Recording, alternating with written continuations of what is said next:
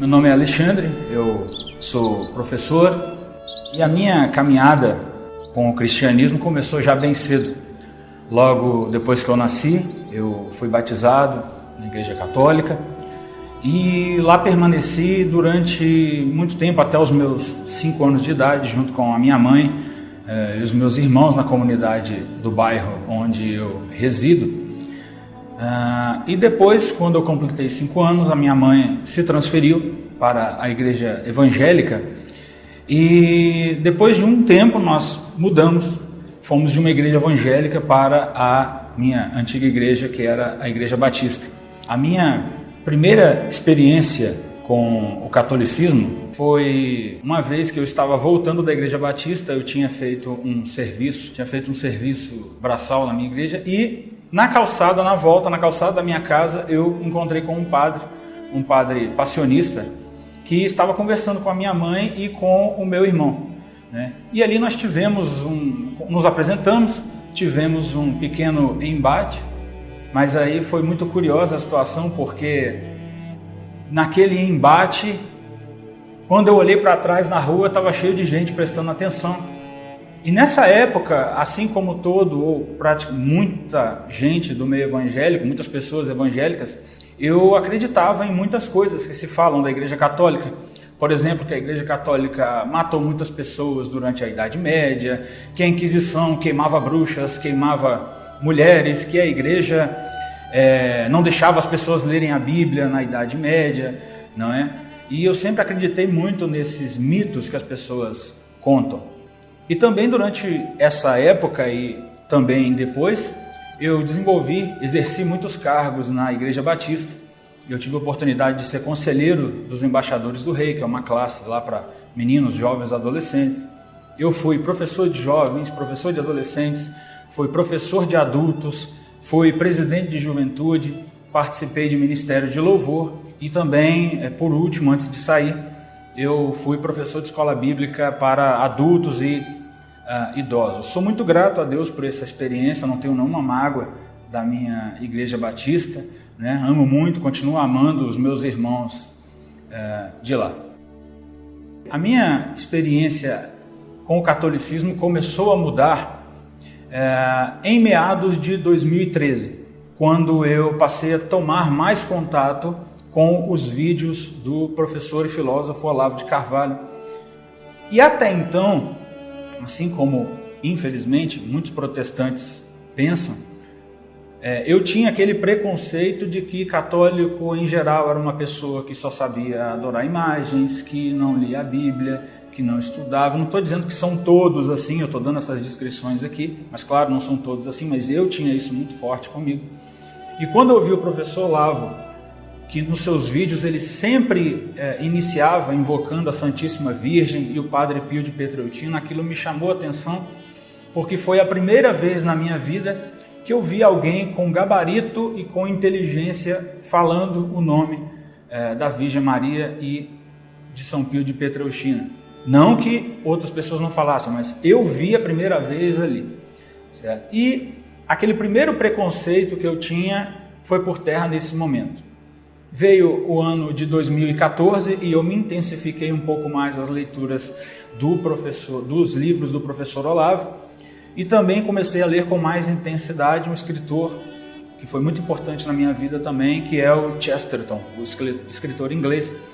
Foi nesse ano que eu li com mais cuidado e li com mais paciência o livro maior dele, a obra-prima, que é a Ortodoxia.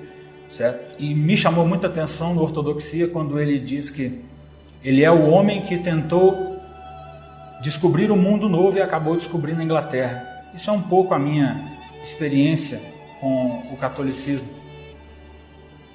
Porque muitas coisas que eu achava, que eu cria que eram verdades, que eu fui descobrindo com o tempo, eu vi que elas já eram verdades que existiam muito antes de mim e que elas já estavam na igreja. E toda aquela ebuliência política no ano de 2014 me fez intensificar mais essas leituras e tomar contato com muitas pessoas, fazer amizades com muitos católicos. No ano de 2015, o fato marcante foi numa participação, numa militância junto à Câmara Municipal da cidade de Vila Velha, estava ocorrendo a votação a respeito do Plano Municipal de Educação, no qual se queria incluir a ideologia de gênero. E naquele momento, naquela votação, eu pude ver o que era a Igreja Católica na sua manifestação mais militante. Eu tomei contato com alguns amigos e eu vi a entrega deles àquele objetivo de impedir que aquela aprovação acontecesse, e eu vi muitos deles fazendo sacrifícios, fazendo entregas, certo? Das mais simples até as mais complexas, às vezes não dormir, tirar dinheiro do próprio bolso, e mais do que isso, eu via no olhar das pessoas, eu via a diferença de tudo aquilo que eu já vinha visto no meio protestante. Não que no meio protestante não exista obras, não existam pessoas boas, existem, mas com aquela profundidade, com aquela intensidade, eu nunca tinha visto antes. Eu já tinha mais de 20 anos de igreja protestante. Então aquilo me chamou muita atenção, deixou uma marca muito forte em mim.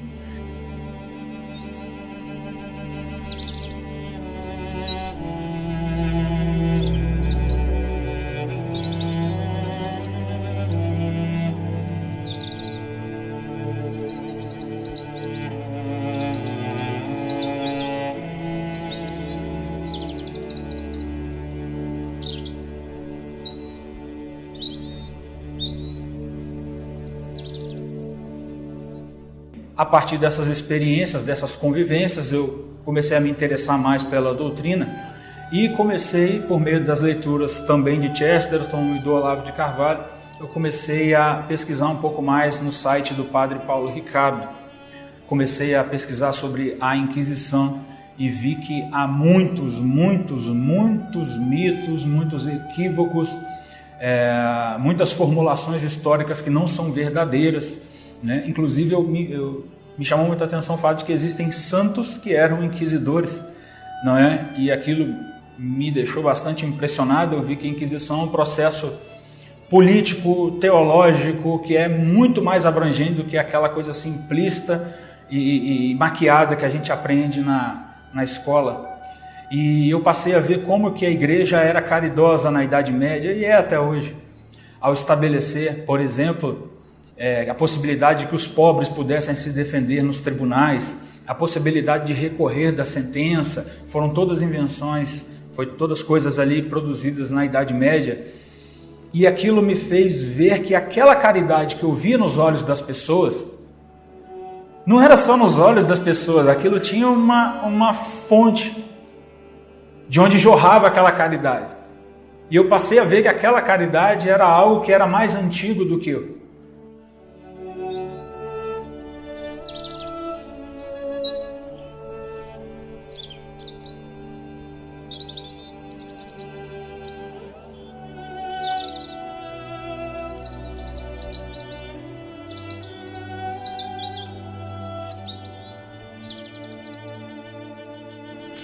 Bem, e aquela caridade das pessoas, eu passei a ver que aquilo estava presente também na igreja de um modo geral. E me encantou muito também porque a igreja é o corpo de Cristo. E Cristo, quando viveu entre nós, o maior ensinamento dele foi ensinar o amor aos seres humanos. E eu vi que aquele amor não era simplesmente uma palavra vazia, sem significado, sem substância. Aquilo existia, se manifestava de maneira muito real na história. Se manifestava ali, na minha presença, quando eu via aquelas pessoas, via a sua dedicação, não é? E que o corpo de Cristo, ele não é simplesmente uma metáfora, é algo muito real. E foi naquelas experiências que eu começou a passar pela minha cabeça a possibilidade de talvez um dia voltar para essa igreja na qual eu havia sido batizado.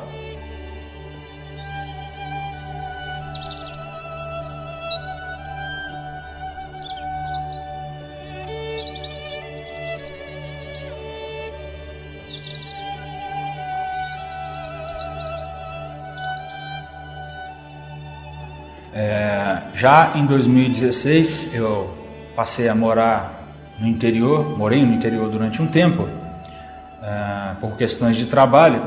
Então eu adquiri o livro das Confissões de Santo Agostinho.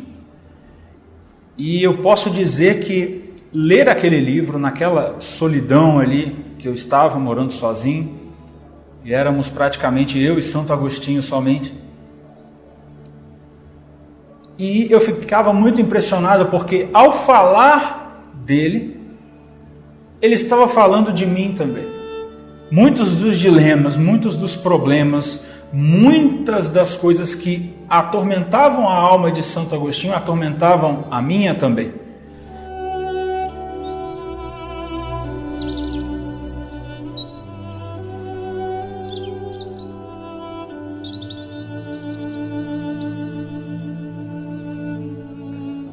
E eu passei a perceber que a santidade não é meramente um nome, não é aquele estado de espírito, em geral, sentimentalista. Não, a santidade ela se dá no momento em que a pessoa intensifica a sua presença diante de Deus, e que por meio da sua presença diante de Deus, abrindo a sua alma, confessando os seus pecados, ela passa a exibir aquilo que está dentro da sua alma e que pode, e por coincidência também, está na alma de outras pessoas. E ao se abrir, ele acaba possibilitando com que outras almas se abram também diante de Deus. E aquilo ressoou muito forte com uma outra experiência que eu tive, muito bacana, no meio, uma experiência muito interessante que eu tive ainda protestante, porque eu gostava muito de meditar a respeito da compreensão da palavra de Deus. E eu cheguei, nessa experiência passada, ainda protestante, eu cheguei à seguinte conclusão: bem, se eu leio um texto da Bíblia, eu estou aqui numa civilização, num tempo que é diferente daquela civilização e daquele tempo no qual os escritores bíblicos viveram, nos quais eles viveram. E bem, para que eu entenda o conteúdo experiencial daquilo que eles viveram em tal época, em tal civilização, para que aquilo seja comunicado de maneira efetiva na minha alma, é preciso que haja uma comunicação, que é a comunicação do próprio Deus, do Espírito Santo, a sua presença que se faz marcar em todos os períodos da história. E aí, falando isso uma vez para um amigo, eu ainda protestante, já no início do processo, ele me disse o seguinte: Alexandre, isso que você está expondo é aquilo que a Igreja Católica chama de a comunhão dos santos. Meus parabéns.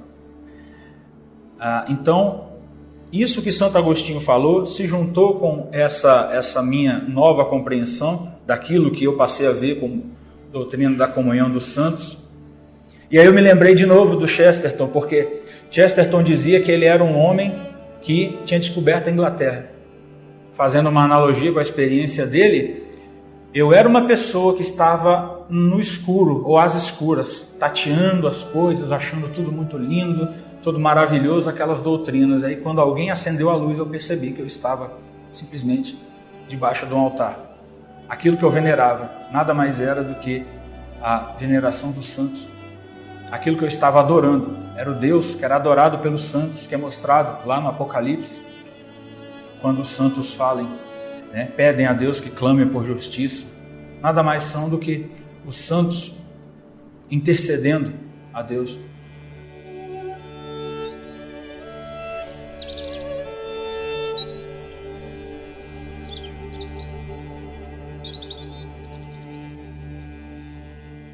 Eu prossegui nessas leituras no ano de 2016, também com as leituras e pesquisas no site do Padre Paulo Ricardo, e lendo outras pessoas, convivendo também, mas esses que eu estou citando de maneira muito especial. E aí no ano de 2017 eu cheguei a perceber que eu estava em muitas coisas já raciocinando, pensando como um católico.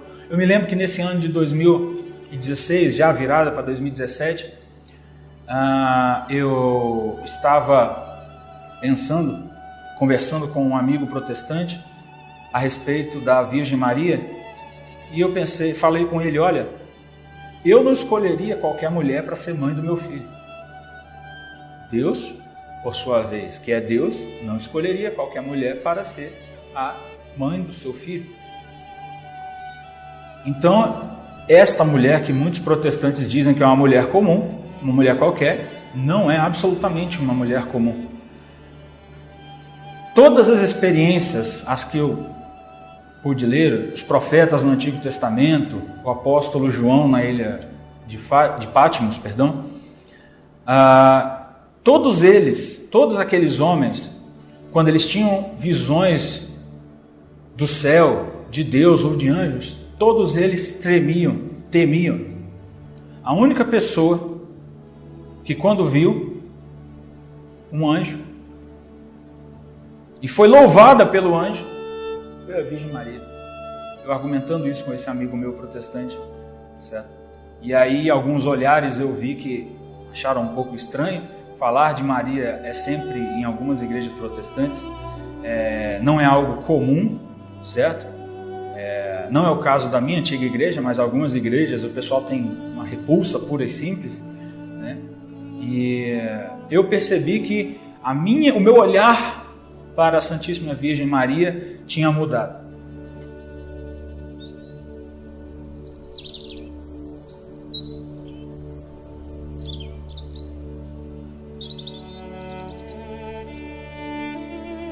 Bem, já no ano de 2018, eu já não conseguia mais negar para mim mesmo que eu já estava mais com uma mentalidade católica do que protestante, não é? E sempre que eu estava conversando com os meus irmãos protestantes, eu percebia isso em mim, que tinha horas que às vezes eu tinha que refrear aquilo que eu ia falar, não é? E foi nesse ano de 2018 que eu assisti o curso do Padre Paulo Ricardo, porque não sou protestante. E foi ali a constatação, né, quase que definitiva. Eu vi aquele curso e eu pensei, meu Deus, eu estou pensando exatamente igual a ele. Era para eu estar aqui discordando dele. E eu estou pensando exatamente como ele. E eu tinha percebido que a minha chegada na igreja não era algo que eu imaginava. Em momento algum, eu desejei ser católico. Em momento algum eu falei, não, eu vou estudar a doutrina porque eu quero entrar para a igreja. Não, eu fui estudando, lendo, me familiarizando. E aos pouquinhos eu estava dentro da igreja sem perceber. Mas aí nessa experiência, nesse curso do Padre Paulo, eu percebi que eu já estava mais católico do que eu poderia imaginar. Bem, ainda no ano de 2018, ali no início, me incomodava muito a questão da Virgem Maria. E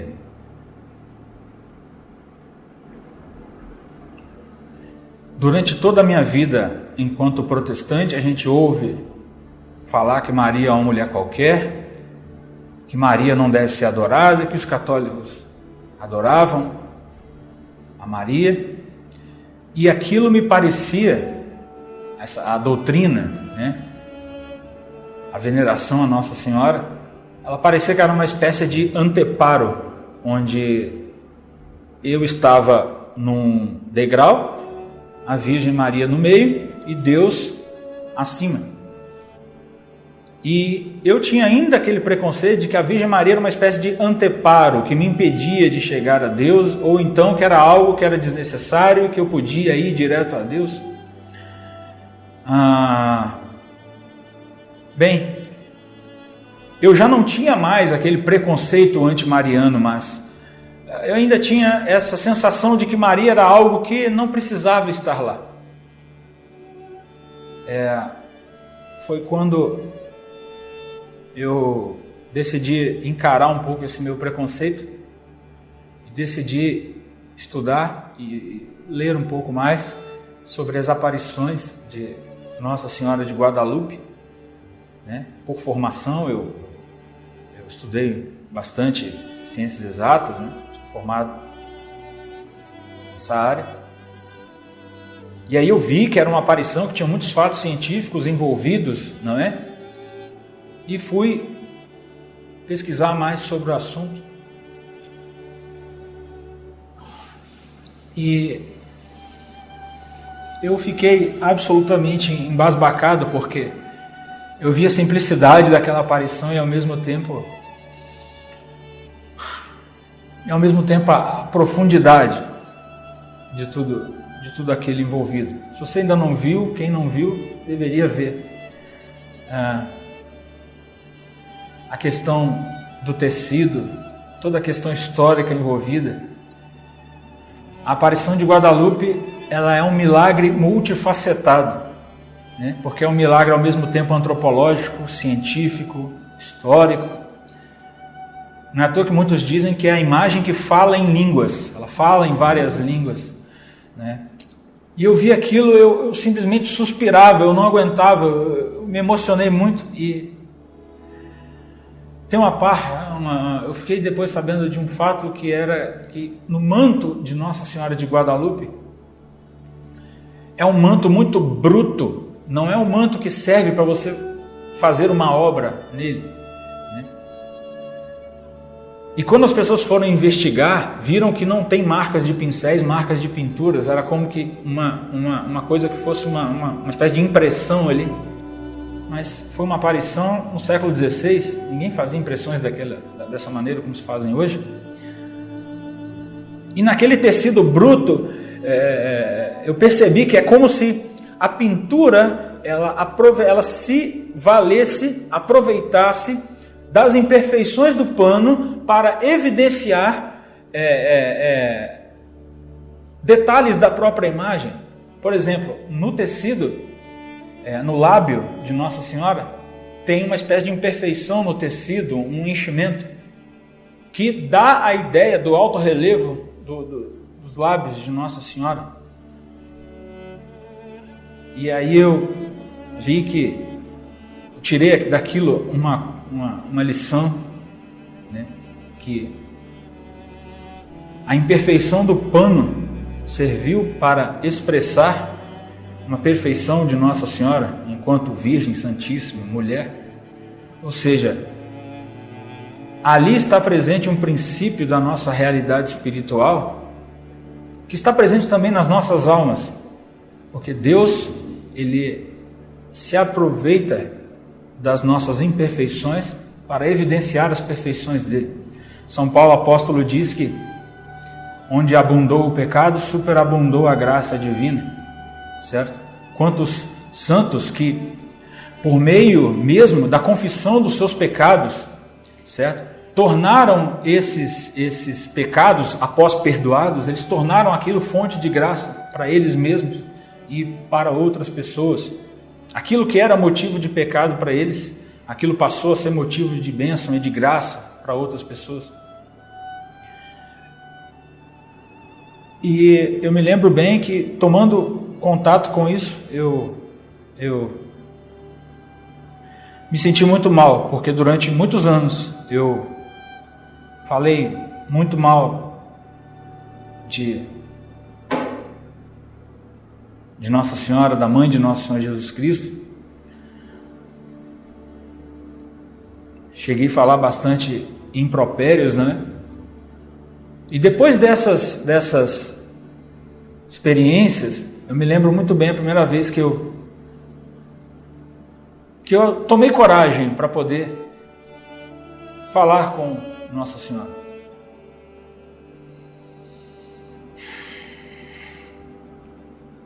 Eu me lembro que eu me ajoelhei no meu quarto, fiquei um tempo em silêncio, exatamente como um filho que faz algo de ruim com a mãe e se sente culpado de pedir perdão, né? Porque imagina você ter uma mãe, durante anos, décadas, ouvir que a sua mãe é uma mulher comum e que a sua mãe é qualquer coisa, certo? E a minha sensação ali era aquela. E eu falei, minha mãe, chamei assim. Tantas pessoas acreditam na Senhora, É impossível que todas elas estejam erradas. É o mundo inteiro, várias civilizações, séculos e séculos. Impossível. Me perdoa de tudo que eu falei da senhora. Me perdoa, porque eu não sabia o que eu estava falando. Eu não sabia o que eu estava fazendo. Eu quero acreditar na senhora como aquelas pessoas acreditam. Eu quero falar da senhora com a alegria com que aquelas pessoas falam. Meu Deus, eu via, uma vez eu fui numa igreja no interior de Minas Gerais e eu vi um senhorzinho lá com um chapéu, uma pessoa extremamente simplória. Eu observei as mãos calejadas e aquela pessoa rezando o terço na frente de uma imagem de Nossa Senhora e eu me senti mal. Meu Deus, como isso pode ser idolatria? Como eu pude falar mal disso durante tanto tempo? E aí durante aquela oração eu chorei, eu solucei muito, me senti muito mal, muito culpado. E ainda fiquei um tempo em silêncio, pedi, minha mãe, me ajude a acreditar na senhora. Eu não quero mais duvidar da senhora. E foi aí que eu acordei no outro dia, já estava me sentindo muito melhor. E nessa época eu ainda não havia optado por voltar à igreja. Eu comecei, todas as vezes que eu me ajoelhava para orar, eu fazia as minhas orações pessoais, rezava um Pai Nosso, 10 Ave Marias e outro Pai Nosso e ia dormir. Certo? Era uma noção de terço que eu tinha, né? E fiz isso todas as vezes e querendo acreditar, certo? E ali eu já era um católico, mesmo ainda não tendo admitido para mim mesmo, eu já era um católico, eu estava amando a Deus, estava amando a igreja, certo? Santo Agostinho diz uma frase que eu gosto muito, né? Tudo bem que lá ele cita um certo contexto, mas serve para este também. E ele fala, numa das suas confissões, num dos trechos mais conhecidos, ele fala: tarde te amei, ó beleza tão antiga e tão nova, tarde demais vos amei. Tudo aquilo, aquele evangelho simples que muitos protestantes falam, sabe? Aquela verdade simples do evangelho, eu vi na igreja católica. Eu via na simplicidade da devoção das pessoas, a coragem com as quais elas assumiam certos riscos, a coragem de um frei, um frade, como um padre como São José de Anchieta, vir para uma terra inóspita e submeter a sua vida aos riscos mais horríveis, inimagináveis, certo? Eu já estava amando tudo aquilo, certo? Foi aí que a minha irmã, que também estava voltando para a igreja, ela me chamou e falou: Alexandre, nós já estamos naquele estágio em que, se a gente não voltar, a gente vai estar desobedecendo a Deus e a verdade que a gente conhece. Foi aí que a gente optou por voltar à igreja, a gente conversou com os nossos líderes na Igreja Batista, né? Expressamos, contamos toda a nossa experiência. E é muito interessante que tanto eu quanto ela, a gente caminhou meio que em separado, ninguém influenciou ninguém. E aí eu resolvi me confessar, me confessei, né? Já acreditando em todos os sacramentos, acreditando na presença real de Nosso Senhor Jesus Cristo na Eucaristia, na intercessão dos santos, na intercessão de Nossa Senhora. E aí eu tomei a minha primeira comunhão numa missa celebrada pelo bispo Dom Luiz Mancilha, agora arcebispo emérito, na Catedral Metropolitana de Vitória. E aquele foi um momento muito feliz, um dos mais felizes da minha vida até hoje, sem dúvida nenhuma. E essa alegria é algo que eu jamais vou poder descrever. Estar presente no corpo de Cristo, o mesmo corpo de Cristo, pelo qual São Paulo, apóstolo, tanto sofreu, viajou, naufragou 3 vezes. Aquele mesmo corpo de Cristo, de pessoas que eu tanto amava, como, por exemplo, São Francisco de Assis, que era o homem que louvava a criação, ou a igreja de Santo Antônio de Pádua, a igreja de Santo Agostinho. Eu não tenho como descrever a felicidade que é fazer parte desse mesmo corpo místico. Para fechar essa descrição, eu vou parafrasear um pouco o Chesterton. Ele fala que, como já citei, ele fala que ele rodou o mundo para descobrir a Inglaterra. Eu estava às escuras, às apalpadelas, tentando descobrir a verdade, certo? E eu estava achando tudo lindo, maravilhoso, perfeito, magnífico, mas eram só imagens que eu tinha na minha cabeça. Quando eu abri os olhos, quando as luzes se acenderam, eu vi que eu estava diante do corpo de Cristo, eu estava diante da igreja. Tudo aquilo que eu estava tateando eram pedras vivas, das quais fala São Pedro. A igreja gloriosa de Deus, que é eterna e que prevalecerá para sempre. No mais, eu só digo para os meus irmãos protestantes, os quais eu continuo amando: voltem para casa, meus irmãos, voltem para casa.